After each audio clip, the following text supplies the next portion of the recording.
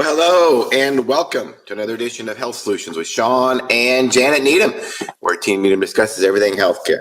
I'm your host, Shawn Needham, and I am hosting live from Team Needham Abode today, and I'm super excited to be talking about one of the things that we talk about very, very commonly is the 3 keys to great health. And there's no magic, there's no biohacks, there's no super easy pill to swallow. But it's really 3 simple things, and you don't have to really buy any of them necessarily. So you do have to invest in them, and that can include buying some things. But what are the 3 keys to health? It's really simple. There are really 3 things. Excuse me. There are really 3 things that you can do to have a healthy body, physically and mentally. And we were all designed this way. Sleep, diet, and exercise. And I say them in that order because those are the orders of importance. Sleep trumps it all. Excuse me. If you are not sleeping, you are not going to be recovering. You are not going to be healthy. And sleep also means that we should have that we're diurnal. So humans are diurnal creatures. What does that mean? You probably heard of nocturnal, like certain animals are nocturnal, like raccoons are nocturnal and bats are nocturnal. That's at night. Nocturne means night. Diurnal means during the day. So we are diurnal creatures. We're supposed to be active during the day and sleeping at night. And that is how we will have optimal health. So for any of you guys working shift work, especially nights, whether you're police officers or nurses or pharmacists that work nights or what have you, that's not the best thing for your health. So if your health is suffering, I suggest that you change shifts. And I get it. When you're younger, sometimes that's all you can do. But I commonly get people in my office, middle-aged women, a lot of nurses that we talk to. They've been working night shifts for 20 plus years, and they're in horrible health. And it doesn't matter what hormones you take. It doesn't matter how you exercise. It doesn't matter how you eat. The first thing you need to do is you need to change your shift. Don't be working nights if your health is suffering. And if you do work nights, your health is going to suffer. There's just no doubt about it. And I know that there's some people that will say, oh, well, I thrive on nights, and I work better at night and sleep better during the day. That's just absolutely not true. We're biologically not wired to do that. So that's just not the case. So if your health is suffering and you are working night shift, or even, sometimes people can't, as you get older, it's harder to handle swing shift, especially, which, you work till midnight or whatever, especially if you're rotating a lot of shifts where, one day you'll work day shift and it starts at 6, and, the next week you'll do a week of those, and the next week you'll do a week of swing shifts where you get off at midnight, and your body just doesn't adapt very well that way. And that being said, when I mean sleep, I think one of the most important things to get regular sleep is to go to bed consistently and regularly at the same time. So and I think within, 1 hour or so of each other, even on weekends. Some people say, well, on weekends I go to bed a little bit later. That's fine. But if you, are regularly sleeping, going to bed at 10 o'clock on a weekday and getting up at 6, then on a weekend, I don't think you should go to bed much later than 11, and get up same time every morning too. Just get into that regular routine. And how much sleep does everybody need? Well, I know there's a lot of people that love to brag about how little sleep they get, and I can survive on 5 hours or 6 hours. And I've seen a lot of those people, and they don't look healthy. I don't think it's good to brag about how little sleep you need. I think that we are, wired to get 8 to 9 hours of sleep a night. Now, that's not always uninterrupted. But as much interrupted as it can be, is important, and and do that consistently every night. So What are some things that interrupt sleep? Caffeine, you guys are all probably familiar with caffeine. Caffeine is a stimulant. Um, Many people will tell you, most people will tell you, and it's a good idea, that you probably shouldn't drink anything caffeinated later in the day, in the afternoon. So nothing after 4 p.m. caffeine. Some people even are more sensitive than that, and they can't have anything caffeinated afternoon. So I love coffee. My wife loves coffee. We drink coffee regularly right before bed, and it does not affect us. And there's many people that say, well, you don't know it doesn't affect you. And it's like, no, we sleep like babies. So it doesn't affect us. But if you are drinking caffeinated products later in the evening, realize that can interrupt your sleep, because it's a stimulant, so it keeps us awake. What's another thing that interrupts our sleep? This is one that a lot of people want to deny, and it's alcohol. And some people will say, well, I sleep so much better when I have 1 to 2 glasses of wine a night or 1 to 2 beers a night. And it's like, and let's remember, when people say that they have 1 or 2, that means you got to double it. So that means they've had 2 to 4. And let's remember that, a beer anymore is not 12 ounces like it used to be. I mean, a beer is 22 ounces. When you go out to a restaurant, they ask if you want a beer. Well, do you want a 16 ounce or 22 ounce? Like, seriously? 22 ounce, that's a beer, that's 2 beers. So just realize that. But there's a lot of people that say, well, I sleep better with a couple drinks a night. Okay, that's fine that you say that, because alcohol is a CNS depressant. What does that mean? Central nervous system, which is basically our brain, our spinal cord, that our body is wired, that does pretty much all the things that take smart activity in our lives, or and more than that. So central nervous system, and it's one of the drugs that crosses into the central nervous system. Our central nervous system is very well protected, in the spinal cord and stuff that things can't get inside of it. So it's hard for anything to get inside the central nervous system.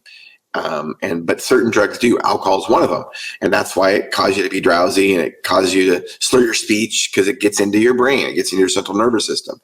So it may be true that alcohol will help you get to sleep better at night, but I don't make very many guarantees, and I'm not even going to make a guarantee on this, because I just don't like making guarantees. But chances are it is disrupting your sleep, because here's the problem with alcohol. It wears off over time. And unlike a lot of drugs that have, they call it a half-life of, they call it first order kinetics, where, most every drug has a half-life. Let's say it's an hour. That means every hour, half of that drug would be gone in the body. So whatever the level is, half of it would be gone in the body an hour later. Alcohol is different. And this is not a black and white issue, because everybody metabolizes it different, and there's always multiple layers of metabolism going on during the body. But alcohol causes what's called first order kinetics. So, zero order kinetics, which means that in theory, no matter how much you drink, you can metabolize about 1 drink an hour. So let's say you drink 4 drinks in 1 hour, which is not that uncommon. Remember, 22 ounces of beer is 2 drinks. So most people can metabolize about 1 drink per hour. So let's say you did have 4 beers. You went to bed at 10. You passed out at 10, essentially, because the alcohol is affecting you. So you pass out at 10 o'clock. And then you basically had 4 beers. Remember, those 2 22-ounce beers, or 4 beers, takes you 4 hours to metabolize it. And it'd be mostly gone from your body, but it's not completely gone. And so you wake up at 2 o'clock in the morning, and your sleep is disrupted, and you can't go back to sleep. That is very, very common when you drink alcohol. So you might think that it makes you sleep better, and it might make you go to sleep better, but your sleep is going to be disrupted for sure. So unless your sleep is optimized and your health is optimized, I recommend you drink very little, for one, because alcohol is a poison. But if you're not sleeping well, realize that alcohol is probably messing up your sleep. as much as you think it's not. So that's a tip. What else for good, healthy sleep? I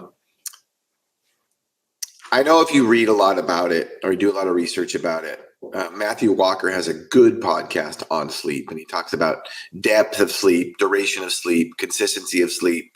It's the 4 pillars of sleep: consistency and then regularity. So basically, how long did you sleep at night? How deep was the sleep? How consistent was it through the night, uninterrupted? And then how regularly do you do that? How many days a week do you do that? Those are the 4 pillars of sleep per Matthew Walker.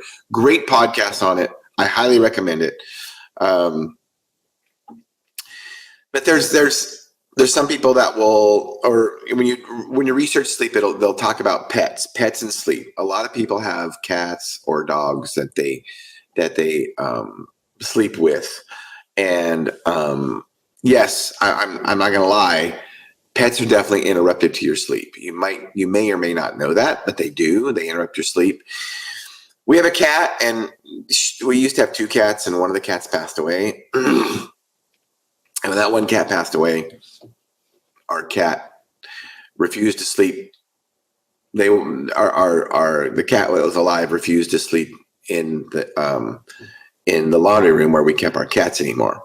So she would just make noise. And so now she sleeps with us. And every night, she does wake up early in the morning like cats do, because they're nocturnal hunters, early morning hunters at least. When they get up and chase the mice at usually 2 to 4 in the morning, that's when the mice are active, because mice are nocturnal. Cats will get up. And so every morning our cat does get up, but we deal with that, and we still get mostly uninterrupted sleep. So I'm not willing to give that up. We like our cat, and we want her to be happy. She's a domestic pet, and we think that we're, our job is to take care of her, and she's happier when she sleeps with us. So we go ahead, and we, even though that rule is true that animals can interrupt your sleep, we realize that we get enough regularly good recovery and sleep that we're not worried about the cat. So what else? Lights in your bedroom. As much light as you can black out, do it. So blackout curtains. I know when we go to hotels, some of the alarm clocks are super, super bright. So, cover the alarm clock up. There's certain things in your bedroom that can also put out light. Anything that can put out light, cover it up. It can be very, very distracting. Blue light's the worst, but any kind of light, just make it as dark as you can in your room, and it will definitely help you sleep for sure. Let's see what else. I get this one often, and usually this is not when the topic of sleep comes up, but it's a topic of maybe intimacy and sleeping with a partner. So do you sleep with your spouse? Do you sleep in a different bedroom? Do you sleep in the same bed? And there's lots of research out there to show that you will have better sleep if you sleep by yourself, because a partner can be disruptive to your sleep. Here's what I have to say about that. First of all, I think if we're married, I think we should be sleeping in the same bed. That's my opinion, for many reasons. But I like to touch my wife at night, for one. I like to know that she's there. So when I'm in a hotel sleeping on the road, I never sleep as good, but you never sleep as good in a hotel bed, no matter what. So I personally like to sleep with my wife. Does it wake me up? It might, but definitely helps me go to sleep better. Here's one of the things too. The people that say that they can't sleep with their spouses, it's probably because one of their spouses has bad sleep habits. But if you both have good sleep habits and you sleep well, why can't you sleep all night together and have pretty much uninterrupted sleep? And that's my opinion about that part. So it's just whatever works for you. But I will say that I love sleeping with my spouse. I like touching my spouse all night long, knowing that she's there. So that's my 2 cents on that. And let's see. So that's one. That's the first thing you can do to stay healthy, is sleep. And it like I said, it trumps everything. Okay. What's the second thing you can do to stay healthy? Nothing fancy. No cold plunges. No red light saunas. I'm not saying those are bad. I'm just saying that none of these biohack techniques, no peptides, nothing like that. No fancy stuff to help your health. It's diet, and sleep is first, and diet is second. And what do I mean by diet? I mean what we eat and consume every day, put in our mouths every day. That's what our diet is. I don't, traditionally diet has some bad connotation, just because, we think of diet, we think you're losing weight, but it's really, that's not true. We're all on a diet. We all have a diet. Some of us have a worse diet than others, but some of us have a better diet. So what are some tips on a good, healthy diet? Again, it does not have to be complicated. And there's so many fad diets out there. I'm just going to call them fads. I'm not going to call them, I'm not going to say they're bad or good necessarily, but some fad diets. And maybe they're not fad, because some of them aren't fad because, we've been following it as people for thousands of years. But, there's a carnivore diet out there, Mediterranean diet. There's a keto diet. The list goes on of what diets there are out there. The vegan diet. And then there's a SAD. If you guys haven't heard of that, that's a standard American diet. That's one of the diets you definitely want to stay away from. What's a standard American diet? Well, standard American diet is basically we eat processed foods. And what are processed foods? Well, that is a broad definition for sure. Because even if you eat beef, unless if you eat mostly beef, let's say you're mostly carnivore, and you eat mostly beef, unless you went out and you killed that cow yourself and you processed the cow yourself, butchered it and packed it all up, unless you did that, which most of us don't, then you eat processed foods. Okay. So what do I mean by stay away from processed foods then? Because obviously processing, eating beef is good. So when I mean processed foods, I mean basically if it comes in a box, it is processed. So if you can read, on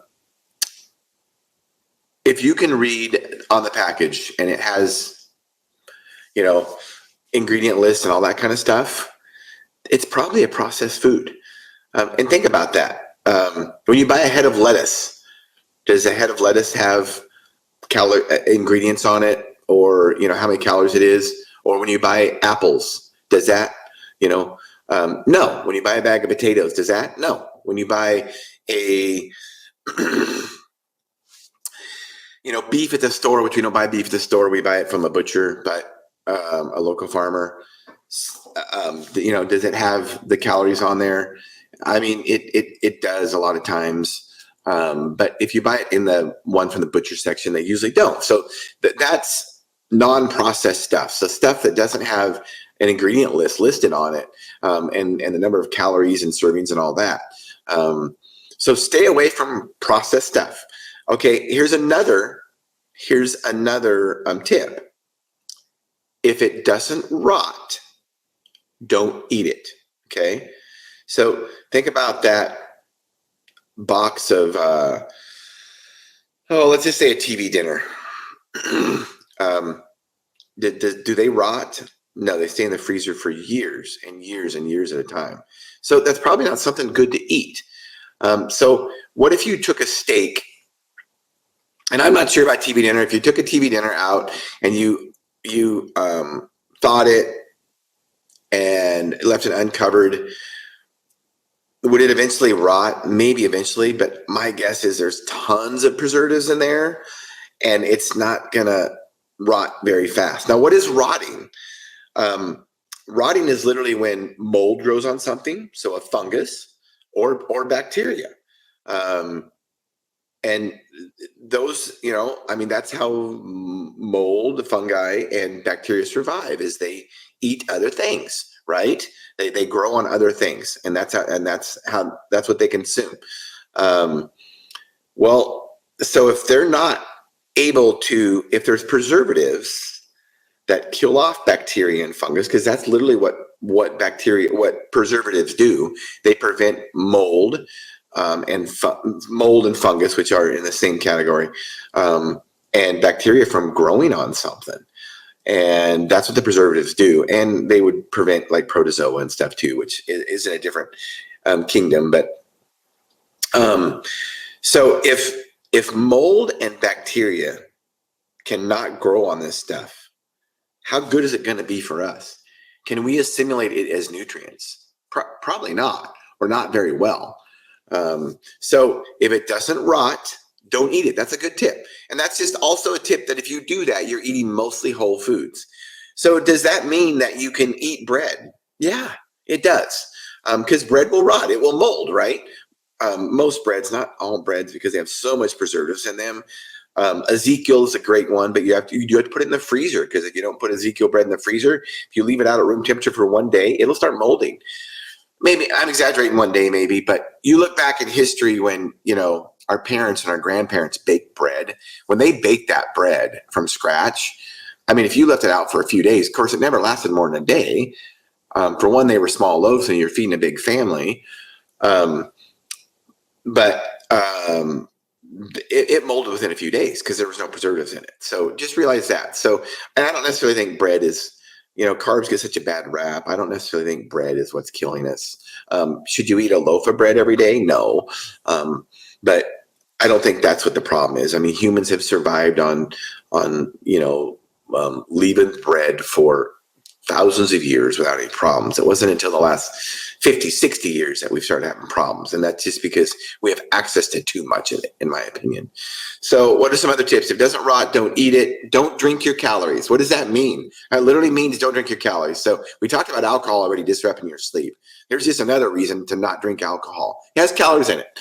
Not only is it a poison, but it has calories in it. So, and they're just empty calories. A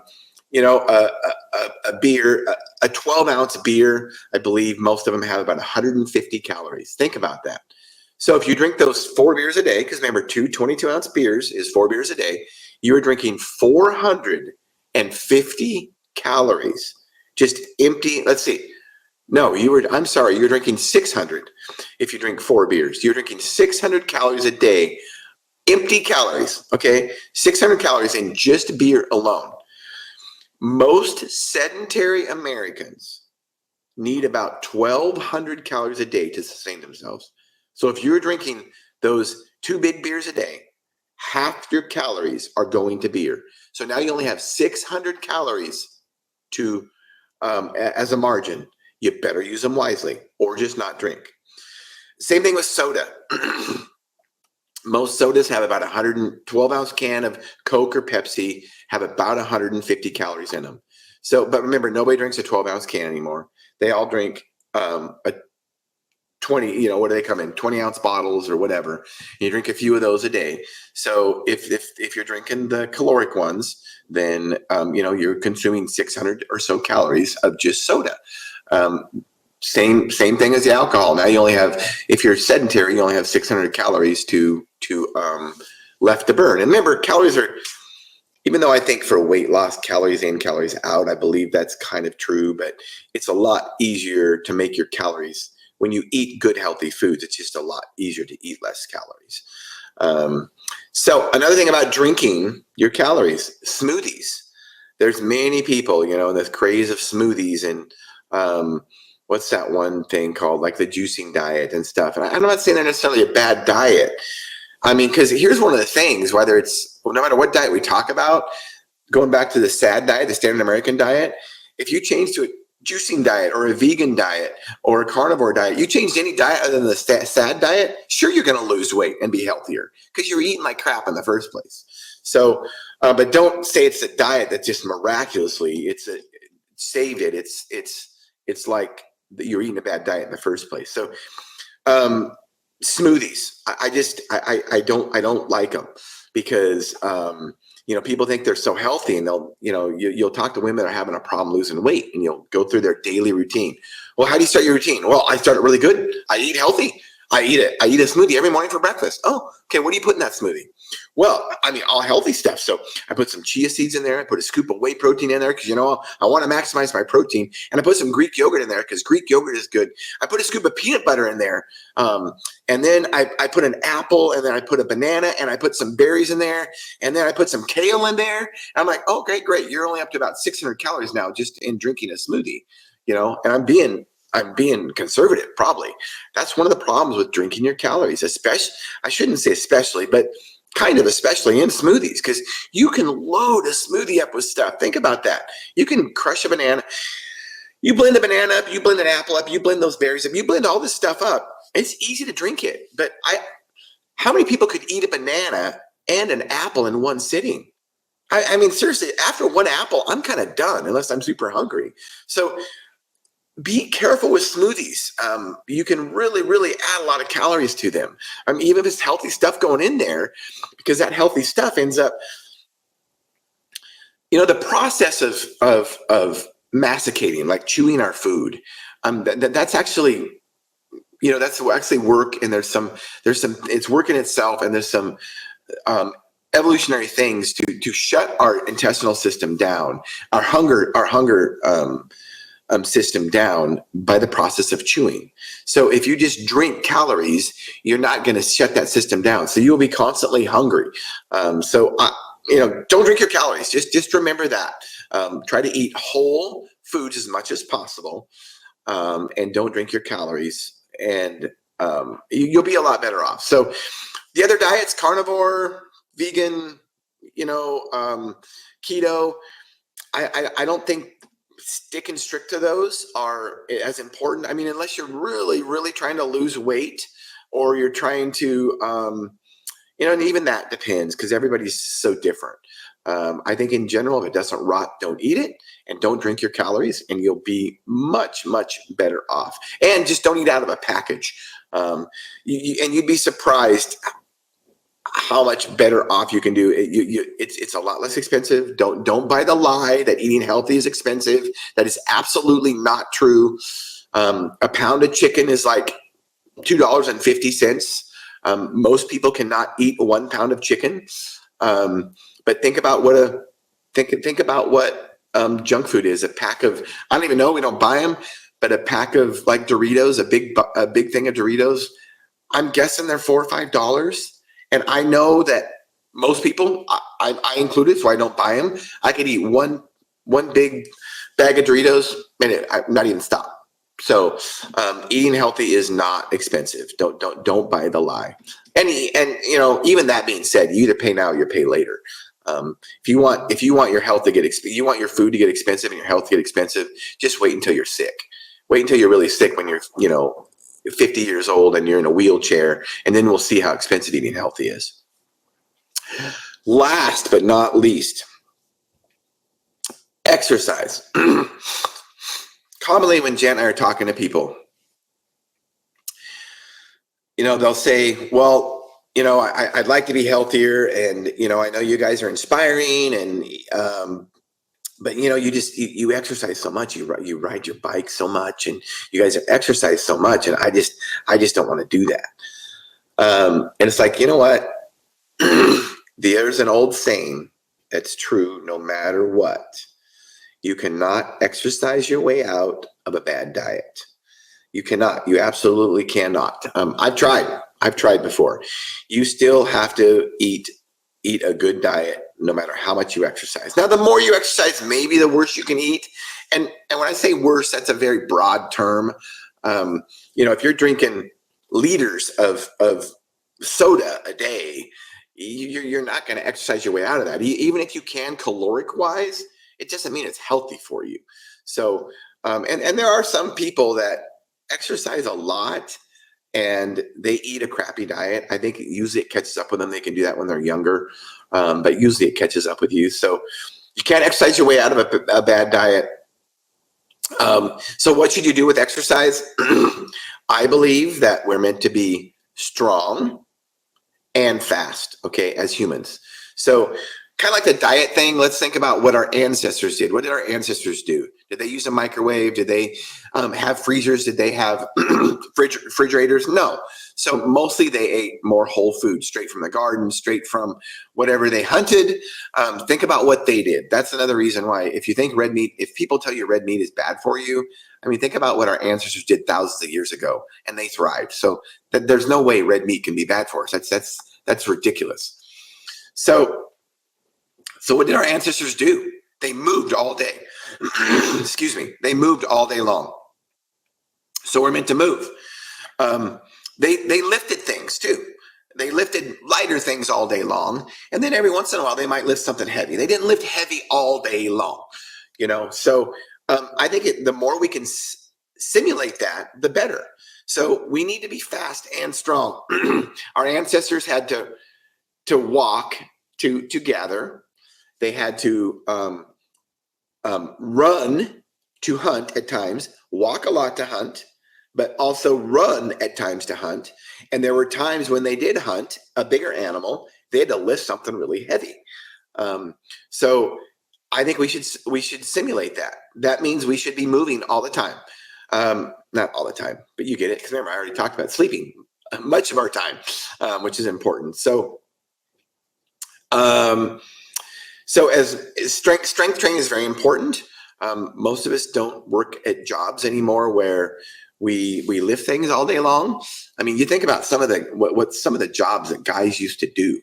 I mean, imagine swinging a sledgehammer, pounding railroad spikes 12 hours a day, 7 days a week. There's literally no gym workout that can simulate that. So as much as we try, it's difficult to simulate what some of our ancestors did. I mean, it's crazy when you think about that. And we wonder why they didn't have largely didn't have cardiovascular disease. Well, because they're moving all day and, instead of eating all day like most Americans do. And when I say that, I don't mean that in a mean way, but think about it. When we're at work, when we're driving, when we're at home, most of us have food around us. And that's another eating tip. Don't have food around you at work. Then you won't eat. Don't have food in your car. Then you won't eat, And at home is a little more difficult, but I know people that have been strict enough when they're really on a strict diet, they will buy their food every day and only buy what they're going to eat. And they'll have no food stored in their house. And that works for them because they want to be strict on their diet. So how can we simulate what our ancestors did exercise-wise? So move. Even you're at work, get up. Set your alarm on your phone. We have these crazy fancy devices that are supposed to make our lives easier. Every hour, get up and do 10 body weight squats. Just up and down, 10 body weight squats. Stretch a little bit, just move a little bit every hour. Takes literally 15 seconds. So you can get that movement done throughout the day. I still think it's important to schedule some kind of time for, more longer movement. So whether it be a brisk walk, whether it be a bike ride, whether it be something that kind of gets your heart rate up, and maybe get into a light and probably get into a light sweat. That's probably important. And I think, you should do that probably most days, but I get it. Not everybody can, or I guess it's not a priority for everybody, but most of us have time. Rather than scrolling on our phones, we should just, go for a brisk walk or jog or what have you.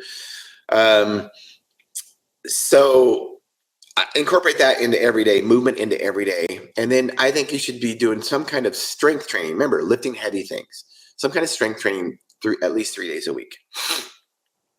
And what does that include? That might include going to the gym. It might include having your own home gym. It's not that expensive to have a home gym, depending on how fancy you want to get. If I was going to have one tool in my gym, I would have a kettlebell. I'd have probably a light one, depending on the individual, probably a 15-pound kettlebell, and then maybe a 45-pound kettlebell. And you can get a great full body workout with those two tools. That's really all you need. You can do squats, you can do deadlifts with those, one-legged deadlifts, one-legged squats. You can even do that without weight. A lot of things that you can do with body weight, push-ups. That's resistance training. That's strength training. You can do push-ups. You don't need any fancy equipment for that. Do body weight squats, but you can add some weight there. I just talked about the kettlebell. You can buy bands. There's resistance bands we have on our YouTube site, the Moses Lake Professional Pharmacy YouTube site, where this is streaming right now, by the way. We have specific band workouts. I've got a comment. You mean preserves in food don't preserve you? Comment from Carl. No, they don't. Don't you wish they increased our lifespan? So yeah, that's the deal with movement and strength training. So 3 days a week, strength training. You don't need to be in the gym for 2 hours. A half hour is fine. I work out in the gym about 2 days a week, and almost all my workouts are less than a half hour. So you don't need a lot of gym time. What else? I think that really about covers it. Those are the 3 keys to great health. So sleep, diet, and exercise. Those are the 3 things in that order.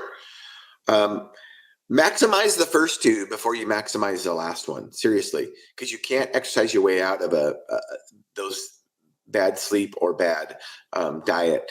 Think about this with exercise. When we exercise, we don't get stronger. We get stronger when we sleep, when we recover. That's really when we get stronger. So if you're not sleeping, you will never get stronger. No matter how much gym time you spend, how much time you spend in the gym, you'll never get stronger. And how do we get stronger? To get stronger, we need to build muscle mass, right? Well, if that's the case, where do we get those nutrients from? We got to get them from food. So without a good diet, you'll never get stronger. And think about it. Think about if you didn't eat anything and you exercise. It's not going to work. Or you're going to eventually die. And we will not die without exercise. It makes us healthier, but we'll not die without it.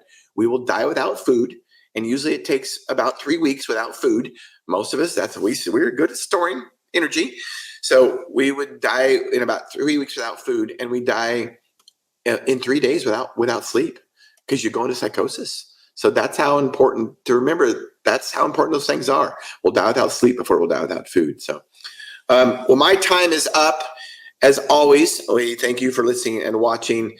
We stream live on Facebook. We have 3 different Facebook pages, but we also stream live on LinkedIn, Twitter, and YouTube. We have over 2,500 educational videos on YouTube, from all kinds of subjects like this to subjects on hormones and many different things, all health related. That's why we made this podcast. And our goal of this podcast is to educate and empower individuals to take charge of their own health. And I hope you realize that goal today. So until Monday, our regularly scheduled podcast, 12:30 to 1:30 Pacific Standard Time. Tune in then. I'm not sure who our guest is, but it's going to be a great one. And as always, thank you for listening to Health Solutions with Shawn and Janet Needham. Thank you.